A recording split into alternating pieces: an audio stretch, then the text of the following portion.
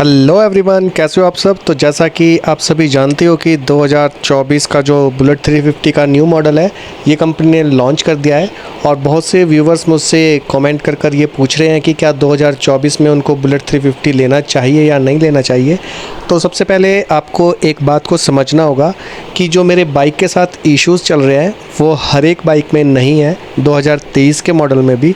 और जो 2024 का मॉडल है कंपनी ने बहुत हद तक जो उसके 2023 वाले मॉडल थे उनमें जो प्रॉब्लम्स आ रही थी वो 2024 के मॉडल में उन्होंने उसके ऊपर काम किया है और काफ़ी हद तक उस प्रॉब्लम को सॉल्व कर दिया है।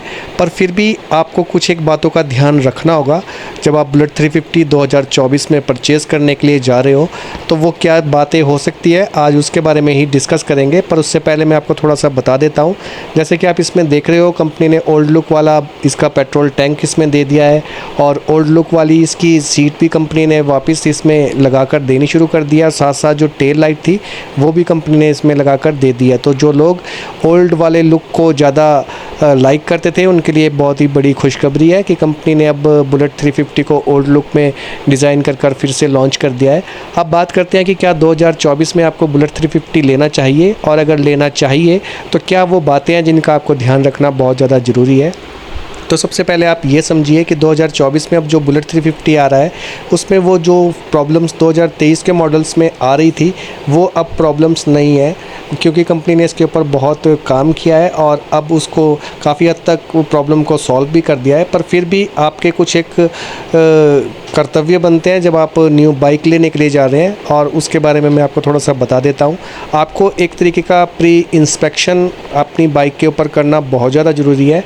उसके लिए आपको सबसे पहले बाइक को ड्राइव कर देखना पड़ेगा। और आप टेस्ट ड्राइव जब भी बाइक की लोगे तो आपने उस बाइक के ऊपर टेस्ट ड्राइव बिल्कुल भी नहीं लेनी है जो कंपनी के पास जो आपका टेस्ट ड्राइव व्हीकल होता है वो खड़ा होता है। आपने उस बाइक की टेस्ट ड्राइव लेनी है जो आपने परचेज़ करनी है। आपको ध्यान से सुनिए इस बात को, मैं आपसे कहना क्या चाह रहा हूँ। आपको उसी बाइक की टेस्ट ड्राइव लेनी है जो आपने परचेज़ करनी है, और उसमें टेस्ट ड्राइव लेते हुए आपने 10 किलोमीटर कम से कम उसको ड्राइव करना है। और अगर कंपनी आपको 10 किलोमीटर की टेस्ट ड्राइव नहीं देती है तो आप रिफ्यूज़ कर दीजिए फिर कि हमको ये बाइक नहीं लेनी है। तो 10 किलोमीटर में आपको सबसे पहले मैं क्यों बोल रहा हूँ उसको समझिए। 10 किलोमीटर में एक तो बाइक अच्छे ढंग से गर्म हो जाएगी, और गर्म होने के बाद जो बाइक में अब नॉर्मल साउंड्स आती हैं उसका भी आपको पता चल जाएगा। फिर आपको अपनी बाइक को अच्छे ढंग से स्टार्ट में ही सुनना है उसमें के उसके इंजन में से कोई अब नॉर्मल साउंड तो नहीं आ रही है। और साथ साथ जब आप 10 किलोमीटर तक अपनी बाइक को ड्राइव कर लोगे तो उसकी MIR लाइट से रिलेटेड अगर उसमें कोई इश्यूज़ होंगे तो आपको अपने मीटर के ऊपर MIR लाइट ऑन होते हुए दिख जाएगी। अगर उसकी MIR लाइट ऑन होती है तब भी आपने उस बाइक को परचेज़ नहीं करना है। आप ध्यान से सुनिए, 10 किलोमीटर की ट्राई के बाद आपको दोनों प्रॉब्लम्स का पता चल जाएगा। अगर उसमें MIR लाइट ऑन होती है तब भी आपने वो बाइक परचेज़ नहीं करनी है, और अगर उसके इंजन में से कोई आपको अब नॉर्मल सी साउंड लगती है तो उसको भी आपने परचेज़ नहीं करना है। अब यहाँ पे बहुत से व्यूवर्स समझ नहीं पा रहे होंगे कि वो अब नॉर्मल सी साउंड किस टाइप की होगी। तो उन व्यूवर्स के लिए मैं इसमें एक छोटा सा वीडियो अटैच कर दूँगा ताकि वो अब नॉर्मल साउंड में किस चीज़ को कह रहा हूँ उसको अच्छे ढंग से समझ पाएँ। तो यहाँ पर आप दो बातें तो आपको क्लियर हो गई हैं कि जिस बाइक को आपने परचेज़ करना है उसी की आपको टेस्ट ड्राइव लेनी है, और उसमें दो चीज़ें देखनी है, एक MIR लाइट। और अगर आप MIR लाइट के बारे में जानना चाहते हो तो मेरे पिछले वीडियोस जो मैंने अपने चैनल पर डाली है उसमें उसके बारे में फुल डेडिकेटेड वीडियो है कि MIR लाइट किस तरीके से जलती है और उसकी को आप कैसे पहचान सकते हो। तो जिनको नहीं पता है वो मेरे चैनल पर जाकर उस वीडियो को देखकर समझ सकते हैं। और साथ साथ दूसरे पर मैं बोल रहा हूँ इंजन साउंड के बारे में, तो वो वीडियो क्लिप में इसमें ऐड कर देता हूँ यहाँ पर ताकि आप उस साउंड को पहचान सको और समझ पाओ।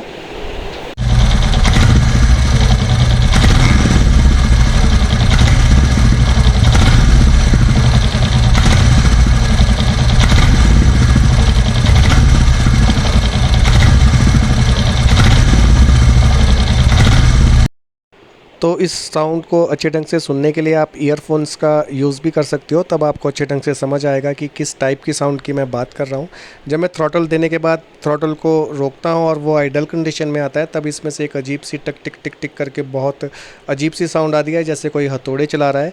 तो उसी टाइप की मैं साउंड बोल रहा हूँ। वैसे भी जब आप एक स्मूथ इंजन को सुनते हो और कोई अबनॉर्मल साउंड करने वाले इंजन को सुनते हो तो आपको उसमें दोनों के बीच में जो डिफरेंस होता है उसको अच्छे ढंग से आप पहचान सकते सकते हो।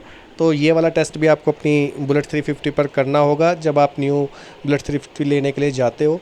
और इसके साथ साथ एक आपको प्री इंस्पेक्शन करना बहुत ज़्यादा ज़रूरी है बाइक का। बाइक को आप पूरे अच्छे ढंग से देखिए, बाइक के पेट्रोल टैंक को देखिए, बाइक के इंजन को देखिए, बाइक को नीचे से भी अच्छे ढंग से जज कीजिए, बाइक के मडगार्ड को देखिए, टेल लाइट को देखिए, हर चीज़ को बारीक नज़र से देखिए। क्योंकि बहुत से शोरूम वाले ऐसा करते हैं कि वो आपकी बाइक को ऑन रोड ड्राइव कर लाते हैं, तो ऐसे में आपकी बाइक कभी कभी उनसे गिर जाती है, तो उससे आपकी बाइक में कहीं इंजन के ऊपर स्क्रैच आ सकता है या फिर आपके मडगार्ड के ऊपर भी स्क्रैच आ सकता है। कई बारी आपके पेट्रोल टैंक तक के ऊपर स्क्रैच हो सकता है और उसको फिर रीपेंट करा कर दे देते हैं। तो इन सभी छोटी छोटी बातों का आपको ध्यान रखना है और प्री इंस्पेक्शन बहुत ज़्यादा ज़रूरी है आपकी बुलेट 350 का। जब भी आप लेने के लिए जाओ और उसको अच्छे ढंग से आप चेक कीजिए कि बाइक कहीं से गिरी हुई तो नहीं है, रीपेंट तो नहीं होया है। और अगर आप रीपेंट के बारे में जानना चाहते हो कि उसको किस तरीके से आप जज कर सकते हो, तो जो अदर्स बॉडी पार्ट हैं जिनमें पेंट नहीं होता है, जैसे आपका अलॉय व्हील्स हो गए, आपका इंजन हो गया, ये आपका चैसी फ्रेम हो गया, इसके ऊपर सबके ऊपर देखिए अगर किसी वाइट वाले पोर्शन पे आपको ब्लैक तरीके के कोई डॉट्स नज़र आ रहे हैं तो इट्स मीन वो रीपेंट हुई है। और अगर वो क्रैश भी हुई होगी तो इंजन के ऊपर आपको स्क्रैचेस मिल जाएंगे, लेग गार्ड के ऊपर स्क्रैचेस मिल जाएंगे। तो इस तरीके से आपको प्री इंस्पेक्शन करना बहुत ज़्यादा ज़रूरी है ताकि आपको अच्छे से अच्छी बाइक चूज़ करने में ये सभी चीज़ें आपको मदद करती हैं। ये ज़रूरी नहीं है कि आपकी बाइक ऑन रोड ड्राइव होकर आई हो और ये भी ज़रूरी नहीं है कि वो ऑन रोड ड्राइव होकर ना आई हो। कभी कभी ऐसा होता है कि शोरूम पर वो ट्राले से जब आपकी बाइक को निकालते हैं उस टाइम आपकी बाइक में कोई स्क्रैच लग जाता है, जो बाद में आपको पता चलता है तो कंपनी उसके ऊपर कोई भी आपको किसी भी तरीके की रियायत नहीं देती है। तो इसलिए प्री इंस्पेक्शन में ये सभी बातें आपको ज़रूर देखनी है ताकि आप एक बेस्ट बाइक को चूज़ कर सको और इन फ्यूचर वो आपको अच्छी परफॉर्मेंस निकाल कर दे। तो आशा करता हूँ आपको वो सभी बातें जो एक न्यू बाइक लेते हुए आपको ध्यान में रखनी है वो सभी समझ आ गई है।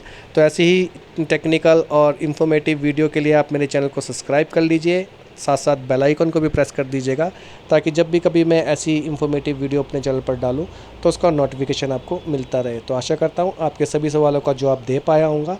तो मिलते हैं आपसे एक और नई वीडियो में एक और नई टॉपिक के साथ। तब तक के लिए आप सभी को बाय बाय, टेक केयर।